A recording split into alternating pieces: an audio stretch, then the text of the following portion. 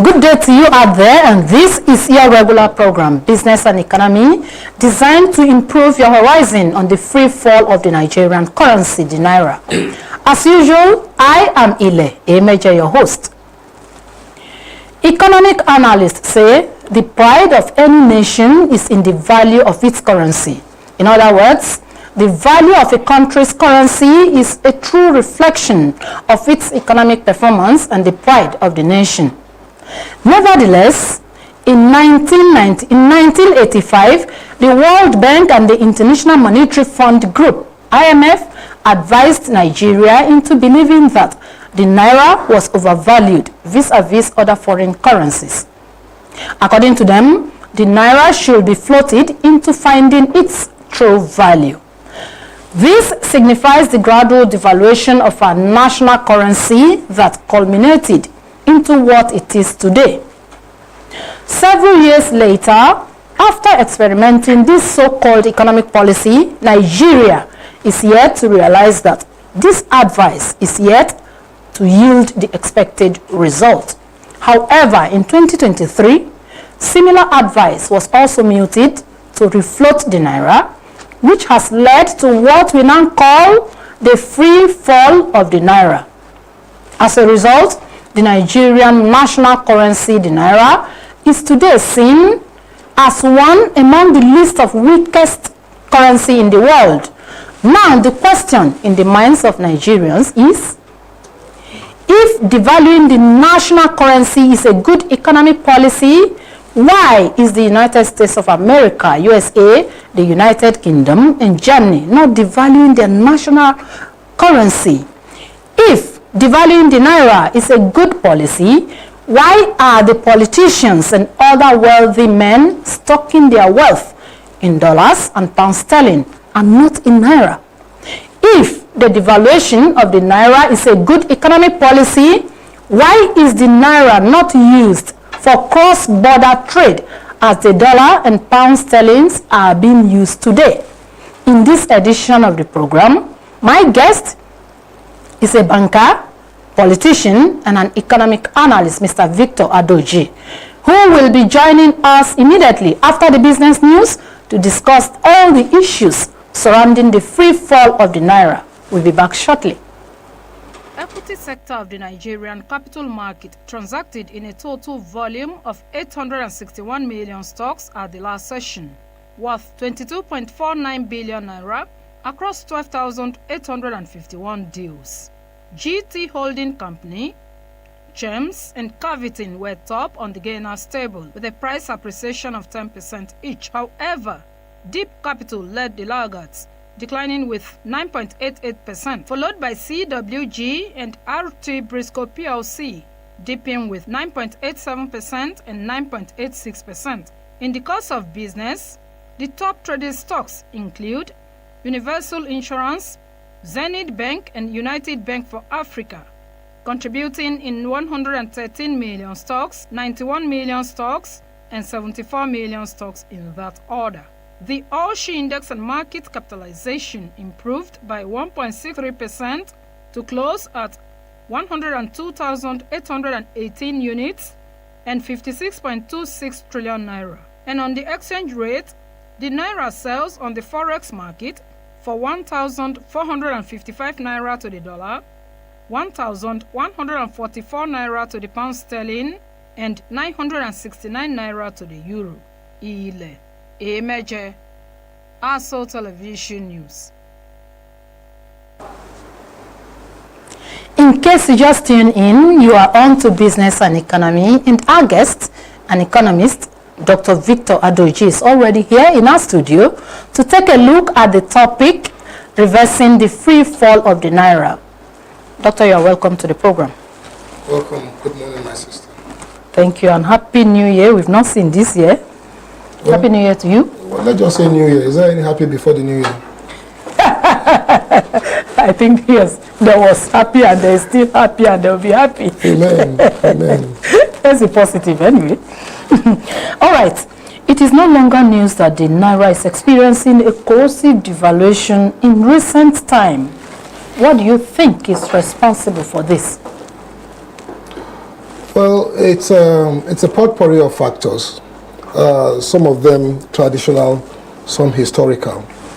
If you cast your mind back to 1980 before SAP, the naira stood at 80 kobo to $1. Yeah. You know, and in 42 years, we now have massive, erosion of the value of the naira. You can say it is 1.4, another person say 1.5, another person 1.7, and we're all correct. You know, because it depends on where you are coming from, where and time which you are buying it. Now, what is responsible? You can put under a number of subheads. Number one, leadership ineptitude. You know, and then secondly, the sociological and psychological, malfeasance, of those who use the economic agents. I think the second factor I will explain, a bit better. If you see that the mindset, if you watch on the close, you see that the mindset of a typical Nigerian is to value the next Nigerian based on his level of foreign consumption of goods. So if I wear like what I'm wearing now, chances are that somebody will value somebody who wears a Gucci more than I'm valued. You wear a YSL, a shoe more than the shoe that is made in Aba. So when people have a psychological, sociological impact on the economy, you now discover that your appetite is actually for foreign consumption and not local consumption. That has to do with generality of the public, And once you buy things locally, you use the naira. But if you buy foreign, what you use the dollar. And when you now begin to rate, and everybody, if you look at the Maslow's hierarchy of needs, from the security, sociological, all the way to self-esteem and actualization, people want to go up the ladder. And if going up the ladder, means a consumption of foreign goods, then people will now have to sidestep local consumption for foreign consumption, which is the problem of the generality of what, of the people. And as such, the demand for foreign goods increases the demand for the dollar against the naira. And when you have this interplay between demand and supply, you now discover that naira will depreciate in favor of the dollar. You're talking about our mindset. Yes. And the generality of the people of Nigeria. Yes. All right, from your response, why did government float the naira in the first place, and what is the supposed economic sense for floating the naira? Honestly, I am yet to see the economic blueprint of this government. Apart from telling us they had a renewed hope, and then the first day of the inauguration, there was a removal of the oil subsidy, and then the floating. I am yet to see the entire gamut of the blueprint, the plan. So we are just being served piecemeal. Now, for you, floating of naira simply means allowing the international, the forces in the international market to determine the value of the naira. And there are some certain underbellies to all of this. Your position in terms of BOP, your position in terms of BOT, balance of trade and balance of payment. So what is Nigeria selling in the international market with which it is coming to the table for negotiation, or they're trying to achieve equilibrium based on these exchanges in the international market? So I would not know what informed that, other than trying to appease the whims and caprices of somebody in the IBRD or the IMF to gain recognition at the expense of the country. Otherwise, there is no reason, there is no pedigree, there is no foundation for devaluing the naira. All these talks about, IBRD, IMF tell you to devalue your naira, or your currency because your currency is overpriced. One thing every leader must know, and every economist must know, is that you are there to make life better for the common man. So if whatever policy you bring does not address that, there's no policy that's acceptable, to the people. So you devalue because the international market wants to pick your product at next to nothing, convert it into finished product and sell to you at supernormal, at the rates that will give them supernormal profit. So there is no reason for devaluation, for free floating the naira, in the first place. Because what are you negotiating with? You hear when boxers go, to the ring, they begin to mention their weights: a lightweight, featherweight, heavyweight. It is because weight, a particular category of weight, you find by category weight. But you are now taking a featherweight to go and compete in the market where you have heavyweights. That's why Nigeria has been emasculated, and the actual outcome of that is what you see in the terrible, despicable exchange of the naira as to the dollar. And can we be right or wrong to say that this is a case of imperialism on the part of the IMF? Nobody will ride your back until you climb, until you bend it. Yeah, you see, I will want to have everything you have if you give to me. Everybody wants more. If I give to you. Yeah, if you give to me. So it's not a case of imperialism. It's a case of neo-colonialism, because there are willing actors within the Nigerian system. There are willing actors. Maybe neo-imperialism or neo-colonialism, because there are willing actors within the Nigerian system. As we speak, there is a 3% of Nigerians who benefit from all that is happening. Yeah. So is there nothing the government can do about all of this? The government, I stand corrected. Because this has been running over the years. The government... Now we can see the effect on the prices of goods and services, especially for an ordinary Nigerian. You know, the beneficiary of this actually is in government. And why do you upstage a system from which you benefit so much? Now, let me put this in perspective. Whilst we may want to be, to blame the current government, the dwindling started from way back. Do you recall that there was a time when, if you wanted to buy a shoe, you went to Bata or Leonard's.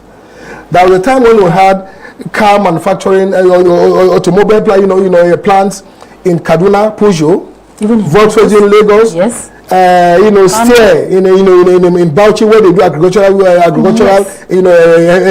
Heavy duty machines. I think Toyota in Kano also. Well, I can't remember that. I can't remember that in Kano. Of course, we had a Lowland in Ibadan, a Namco in Enugu, yes. And even further down the value chain, you have Vono in Lagos, Dunlop, and in all other areas where they manufacture even the parts for these vehicles. Yes. And even the upholstery. Before now, excuse me, sorry? Even the clothes you wear, UNTL in Kaduna Textile, all these things were companies that trapped foreign exchange. So as those things evaporated and went out, the foreign, this foreign exchange, positions went out with them. So we watched this in over 42 years. Demand side. Exactly. We watched this in over 42 years. These companies have evaporated. Recently, P&G has gone. Michelin left. Dunlop left. When Michelin was in Paracourt, the rubber with which they made those tires was from Ogunbendel and Old Rivers. So even the trickle-down effect that we expected then have all evaporated. So everything you do now is dollarized. How can you dollarize an economy that is naira-based? That's the question that I will ask you just immediately. How can we dollarize the economy, a sovereign economy, knowing fully well that this is Nigeria? Nigeria uses naira. Do you believe that there are schools in Nigeria, across states of the Federation, whose school fees are paid in dollar? Of course, I know a few, a few of them. But again, that is not even the area of huge use. Politics has been dollarized in Nigeria. The primary elections of the two major parties, what was shared there? Dollars. People now have banks in their houses. They keep dollar positions. People in offices no longer give you naira. They give you dollars. So these are non-economic actors stockpiling dollars and taking positions. Now, you see, last year, if I stand corrected, you have about $1.3 billion was used for sponsor, as payments for educational pursuits overseas. The same year, about $1.5 to $1.6 billion was used for medical tourism. Now, with these two subheads alone put together is about $3 billion. And to stabilize the naira, the Tinubu's government is looking for $3 billion. What could have been kept here if we have fixed our educational system and fixed our health institutions? You see, some of those things, we tend to think we can deal with the collapse of the naira using monetary policies. Most of the problems, some of the problems, large part of the problems are actually sociological and psychological. If you deal with them, there will be a calming down effect on the exchange rate. Now you are seen as though you have achieved, considering the number of dollar words you carry around. People go to weddings, people go to engagements, and they spend dollars. Yes. The owners of the dollars don't even do that. So there's an abuse of the process. And the truth is, nobody is held to account. Like Oshiba just said some time ago, because corruption has no consequence, you know, it cannot be dealt with. So what is the consequence for abusing our monetary behaviors or fiscal behaviors? No consequence. So to a large part, the problem are psychological and sociological. And so how do we solve this problem? Do we continue in this? No, we cannot. Is there nothing that the government can do, even though you have said that most of the actors are in government and some of them are wealthy people and politicians? Is there nothing that we can do to remedy the situation? When you say we, you see, you have to categorize the we. Are you talking about we in government or we who are the led? The government. You see, it's the government, because we the led. Is there anything the led can do? Let me tell you, by the time you get to the point where you ask yourself what you can do, then you begin to remember how the Arab Spring started. You know how? Ahmed Bouzizi was intimidated by a police officer, and because he knew there was nothing he could do, he just went to the front of the parliament and lit up himself, and that was how Arab Spring started. So there's a limit to which frustration can hold sway. You know, I hope we're able to resolve this without crisis. But I am telling you, people are hungry and they are angry. That is where I'm going, because you need to go out there and see how people are suffering. You are in here, I am out there. So it's me that will tell you what's happening out there. All right. Like you rightly mentioned that prior to 1985, a dollar was exchanging for 80 naira to 80 kobo. 80 kobo to the dollar. What is it that we are doing then? And as of today, like you said, we can't even get an exact amount that is being exchanged for. Somebody may say this 1,500, another person may say 1,400, the other one can say 1,700, depending on where and what time that you are making the exchange. I would expect a serious government to do a diagnostic of the situation. Where are the areas of huge use for the dollars? And once that is done, which of these areas are economic and which of them are non-economic? Because most of the dollars we spend are actually for non-economic engagements. So if you have, I heard recently there was this fake news, it was called, where they said the CBN was going to usurp, as it were, the 30 billion domiciliary account. Yeah.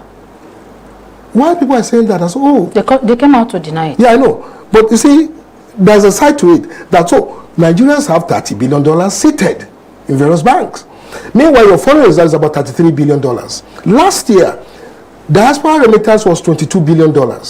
So what the government needs to do is to enhance its capture net. Government should actually enhance its capture net and make sure they trap all these dollars as they come in. And number two, give people the benefit of the doubt. There's a huge distrust between the led and those out of in government. Yes. And whatever government does, they don't seem to agree. Now, last year, we spent about 1.3 trillion foreign education. Who are those going overseas to be educated? The children of which children people? Of the politicians and those in government. So what has happened to our schools? I was coming to ask you that. What has happened to our school? Because there was a story my husband told me. He said, so many years ago, in University of Ibadan, Ahmadu Bello University, these renowned universities in Nigeria used to experience inflows of foreign students. What has happened now? Why are students traveling abroad? Especially when they are going for courses that can be better taken in our Nigerian institution, our Nigerian universities. Why is it so? You see, there's this theory in economics. It's called the rational economic theory, which says that you take actions that will engender economic benefits to you. You know, in the same vein, you should take actions that can engender psychological, sociological, educational benefits to you. So, if like I said earlier, foreign consumption of goods has become a status thing, you know. So your son graduates from, let's say, a Leeds University, and my son graduates from, let's say, University of Lagos, and then, you know, your son is celebrated because he's, These things are psychological. So I now go out of my to make sure my son too is celebrated by sending him to Leeds. Meanwhile, we don't know that, you see, for us to actually patronize our own foreign consumables, our own foreign products and services, is actually what keeps the country growing. Come to think of it, the same Britain they are running to, the US, was built by people. So why don't you stay back? Why don't you stay back here and build our own economies? So, like I was saying earlier, what are these areas of consumption? Let me tell you, for as long as insecurity in Nigeria is not addressed, the Naira will not actually go down to the level expected, because people are benefiting from the crisis. This equipment you buy, war and munitions and all that, do you buy them in Naira? No, you don't buy them in Naira. These logistics, that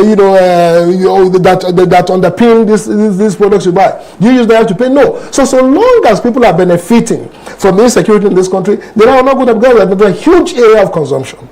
Okay.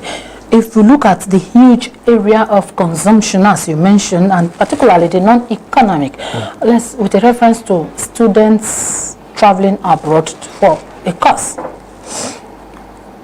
you will realize that a lot of our students traveling abroad, reports had it that most of the universities they go to abroad are like glorified secondary schools in Nigeria. I don't know whether it is true or not, whether it is like that or not.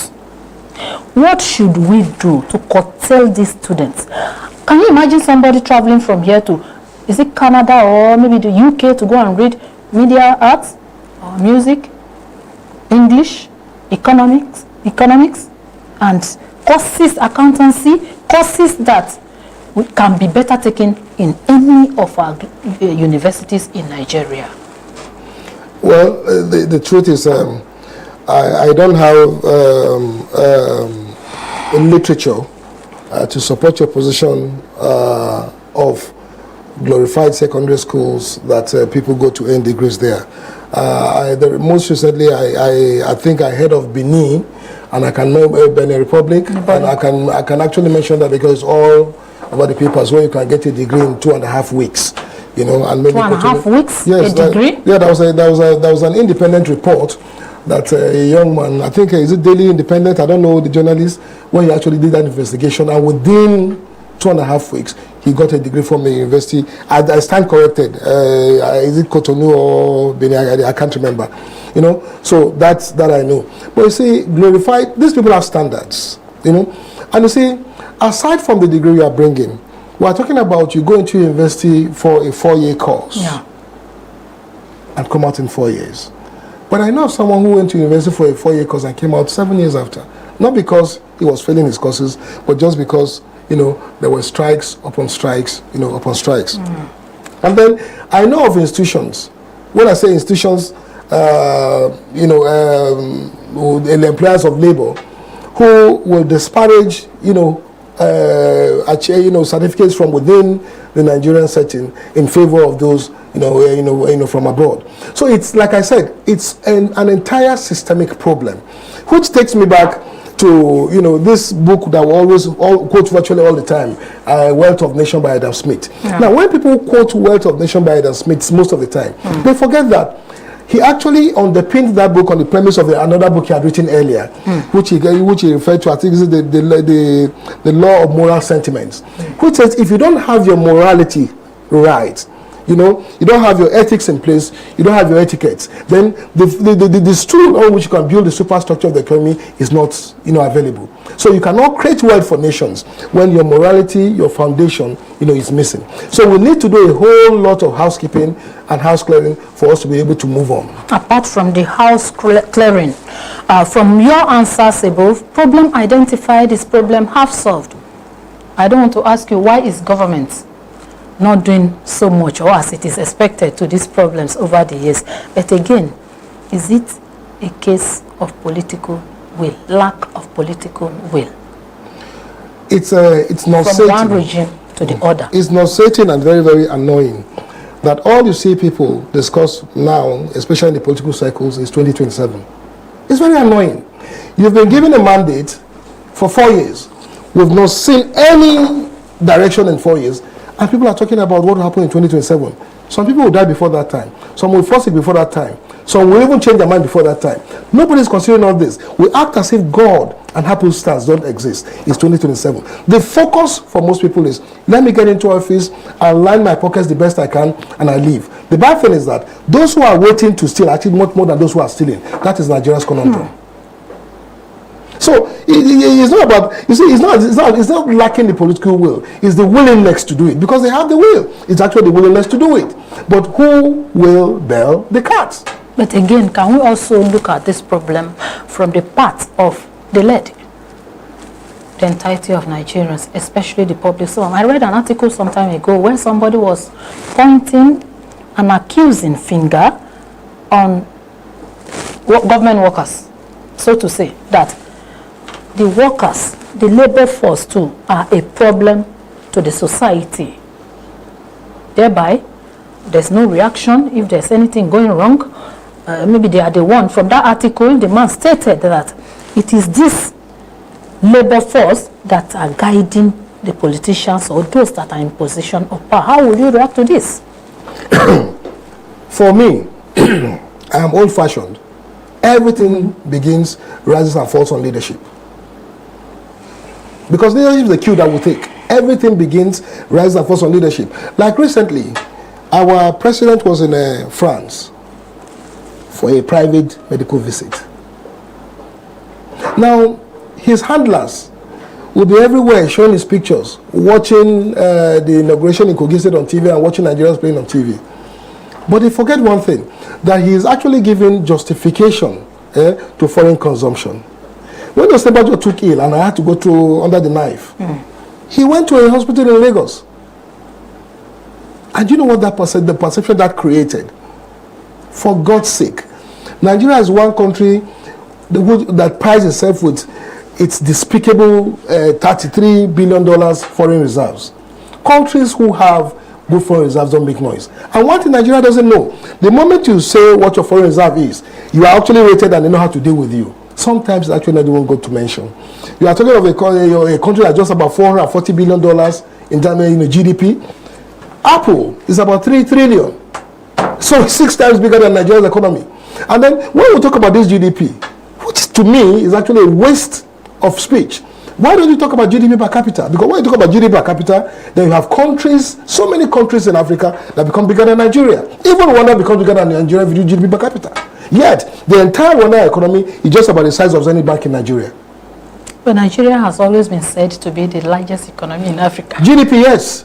GDP. But how much of GDP do you benefit from? And do you know how that is computed? GDP is simply the total amount of economic activities within a particular space within a year. No, I don't. How many of those economic activities are actually Nigeria-based? Go and check your stock exchange. How many? Some of them are actually products of foreign petroleum investments, not direct investments.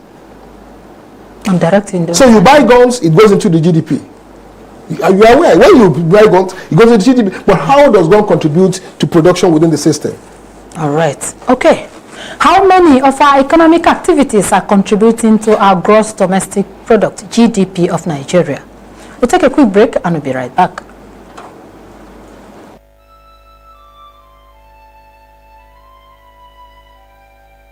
We are a nation blessed with people of diverse cultures, religions, languages, and opinions. It is ironic that we are now being ripped apart by our greatest strength, our diversity. We have allowed intolerance, insensitivity, bigotry, and nepotism to blind our vision of the greatness we can achieve working together as one. We may not have the same culture, nor religion, nor language, but we all belong to the same nation by the divine will of God. We did not choose to be Nigerians. Nigeria chose us. This nation is our divine heritage, and if we open our eyes, we would realize that what divides us pales in comparison to what unites us. And by the comparison and conciliation of our differences, we will grow until our differences disappear.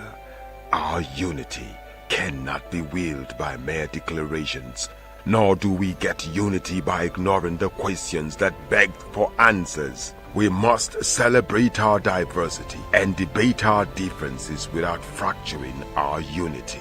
Our strength is not in our numbers, but in our unity, because even the weak become strong when united.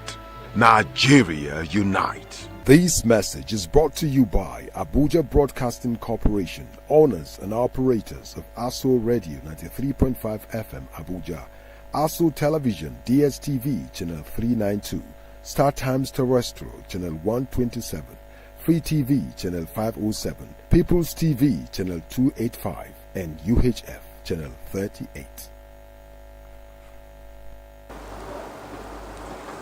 So glad to know you are still with us on this interesting edition of the program Business and Economy, and our focus has been on how to reverse the free fall of the Nigerian currency, the Naira. The guest, Dr. Victor Adoichi, is still here. Doctor, before we went on the break, we were trying to look at how to solve this corrosive fall of the Naira.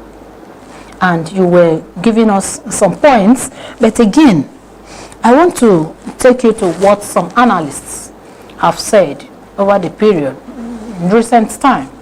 Some of them have come up to say that the cost of governance in Nigeria is escalated. It's too high, and that is one of the major problems we are having these issues. How would you react to this? You see, there are two concepts that sound similar but are actually opposite. One is that of cost management, and the next is that of waste management. Cost management and waste management. Yeah. Now, this government needs to do both: manage your cost and manage your waste. We don't need 46 ministers. Okay. We don't need 46 ministers. You see, even companies in the private world, when they discover that they carry out activities are similar to others are carrying out, which is where issues of absolute comparative advantage come in, they now try to merge them. Why don't you merge some of these ministries so they can save, now you can resolve the issue of fixed cost and resolve the issue of variable cost. You have ministers playing sirens everywhere. Only God knows where they're going to. Now, take for a moment that, okay, we agree with the 46 ministers or whichever number we have now. What is their scorecard? Give them targets. I was going to ask you. Give them targets. Okay, you are in this ministry. This is actually what we expect for at the end of the day. Yeah. I saw them rushing to the United Nations or to the UK, to the COP28, COP 1 million, and that they are looking for foreign investors. Let me shock you. Of the 70 trillion in asset management globally, less than 1.2 trillion find their ways into third world countries. And out of that 1.2 trillion, less than 30% finds its way into Africa. Most capital stays home. So if you are rushing that you are going to bring foreign investors, no, they are not stupid people. Money is a coward. Money is a very, very big coward. Money will not go where there are problems. Money will go where to find comfort and security. Fix your economy, fix your macroeconomy, fix your microeconomy, fix your firms, and these monies will come. So they can cry all they cry, go all they go, but I'm telling you, these monies will not come because they know that, the money will have that effervescent ability. As it touches down, it goes away. Foreign portfolio investment will come. Yeah, I know they do that in capital market, but foreign direct investment, because they're junketing all around, that will not come. So there should be a measuring yardstick, a metric, a criterion for measuring the performance of these ministers. And when you fail, like it's there in school, either a repeat class, in which case you sack that person, or the person gets to do something else. But there is no measuring class. All they do is to attend meetings, either is every week, they call it weekly fake meeting, and that's all. Okay, I've spent this, I've spent that. We are talking about durable results, which is why I said there should be a migration from the GDP to the SPI, which makes more sense to me, because the SPI is called the Social Progress Index, in which you can actually measure exactly how your policies impact those who those places are meant for. But for now, everybody is just doing what they want, and that's where we are. Second, let me add before I forget. The policy Emefiele brought when he redesigned the Naira. Yeah. Someone told me that someone asked him that, please, so he has about, is it 12 billion to change? You cash. Can take cash. We can take these two and let me just get 10 into the banking industry. And when the person told me, I was shocked. You see all these houses you have in Abuja, all these houses with these fences. Especially those are empty houses. They are empty, but they are not occupied by human beings, but occupied by money. These are actually bank votes everywhere. You know, for the same reason Emefiele said the amount of currency outside the banking industry is much more than those inside. I'm going to give you one other reason why the Naira keeps crashing. Because Tinubu can come tomorrow and say, you know what, let's go with the policy of redesigning the Naira. They now know that if the money is not within the system, they will have lost it. So they are buying as much dollars to keep dollar position before that happens. And that is why the demand for the dollar is high. Once the demand is high, you know, the price will actually shoot up. It's actually money, part of it is actually money outside the banking industry. Because they want to hold dollar positions. If you design your Naira, then they now sell the dollar to take Naira positions. That's actually what's happening. They know.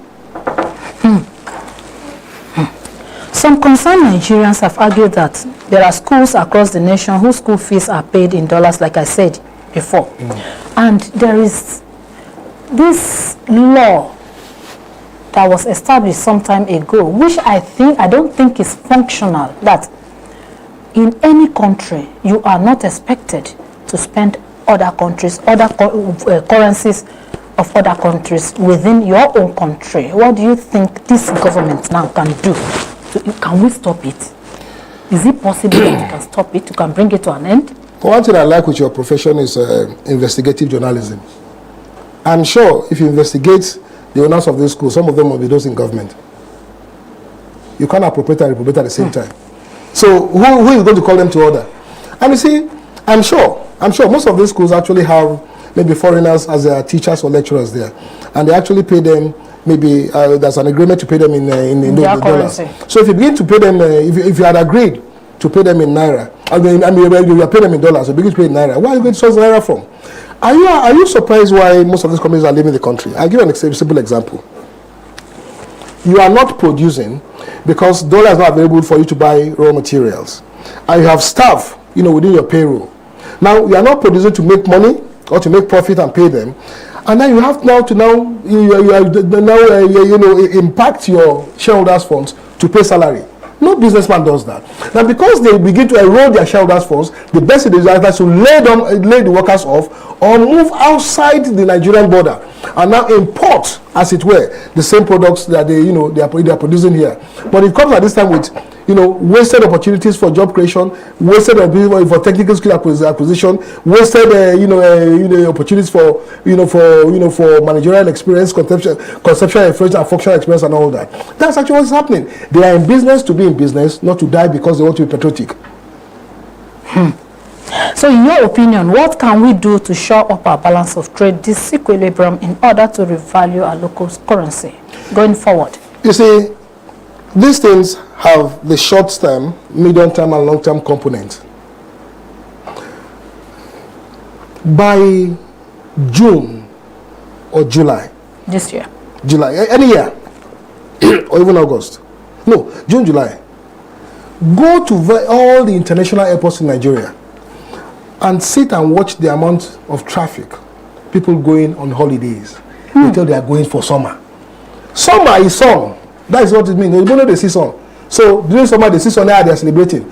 The sun in Abuja here can give away people summer for 10 years. So you are rushing from correct sun to go and see small sun. And look at the huge amount of resources they take out.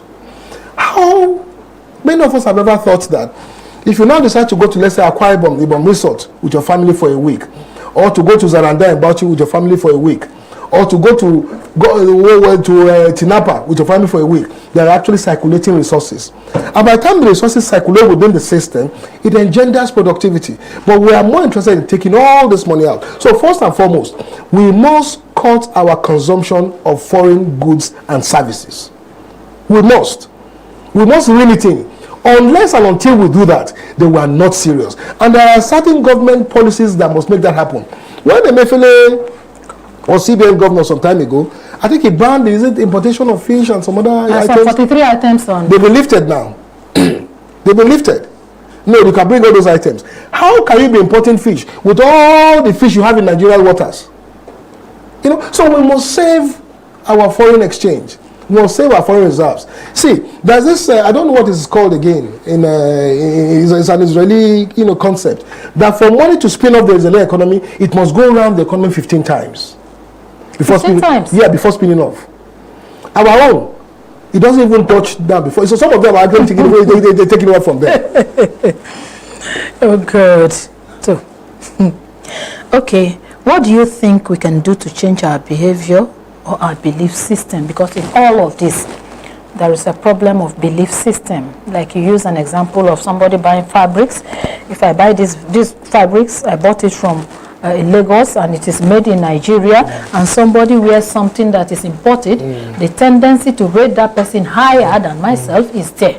That is our belief system. Is there anything we can do to change our belief system? Again, our local consumption. Is it a case of low quality of our products and services, like you were making reference to some of our tourist centers in Nigeria? Is it a case of low quality? Maybe when we get there, we don't see what we are expected to see, or it all boils down to our belief system. Assuming you are the president of the Federal Republic of Nigeria, what do you think you can do to remedy the situation? First and foremost, how I became president matters. The process that will enthrone me as president must be credible, must be respected, must be free, and must be fair. You see, we have built a country where might is right. We have built a country where illegality pays. We have built a country where criminals are celebrated with honorary doctoral degrees and chieftaincy titles.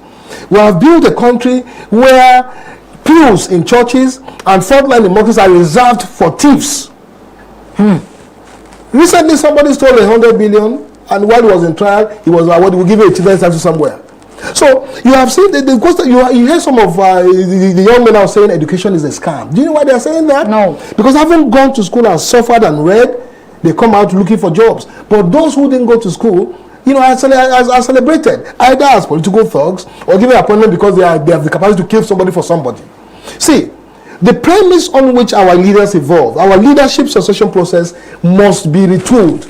We need a renaissance, on the premise of our leadership succession process or evolution process.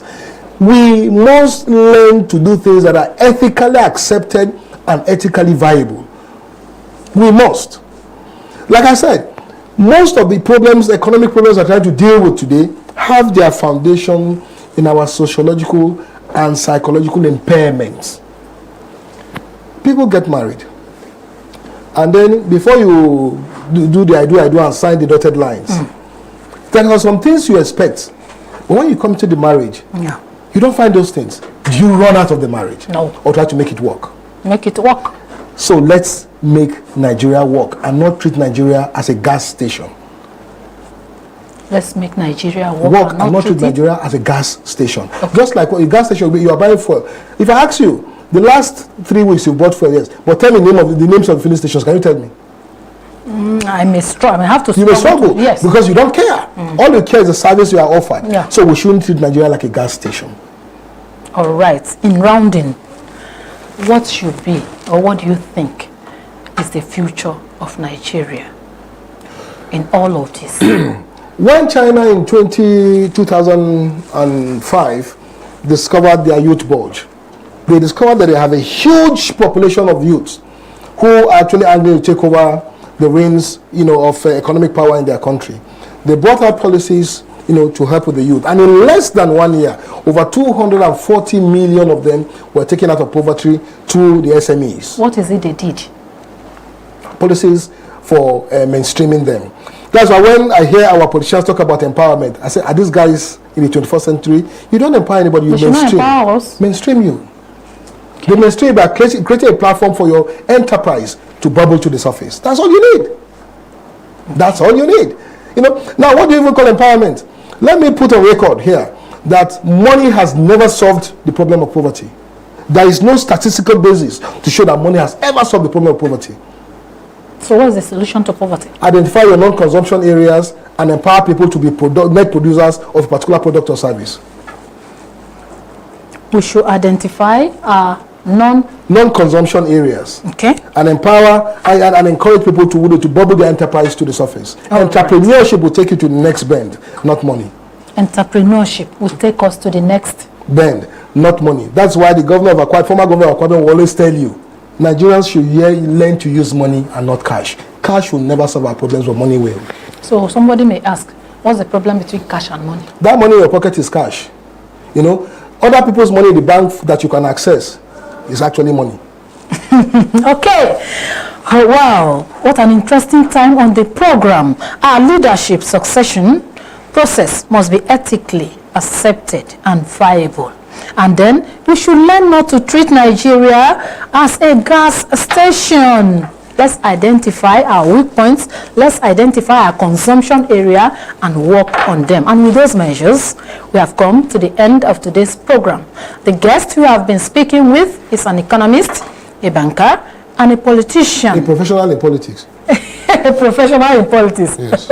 Okay, professional in politics, Mr. Dr. Victor Adoji. Dr. Adoji, I want to thank you so much for honoring our invitation. I believe if we call you again, you honor our invitation. If I can pay the etiquette, yes. I know you can.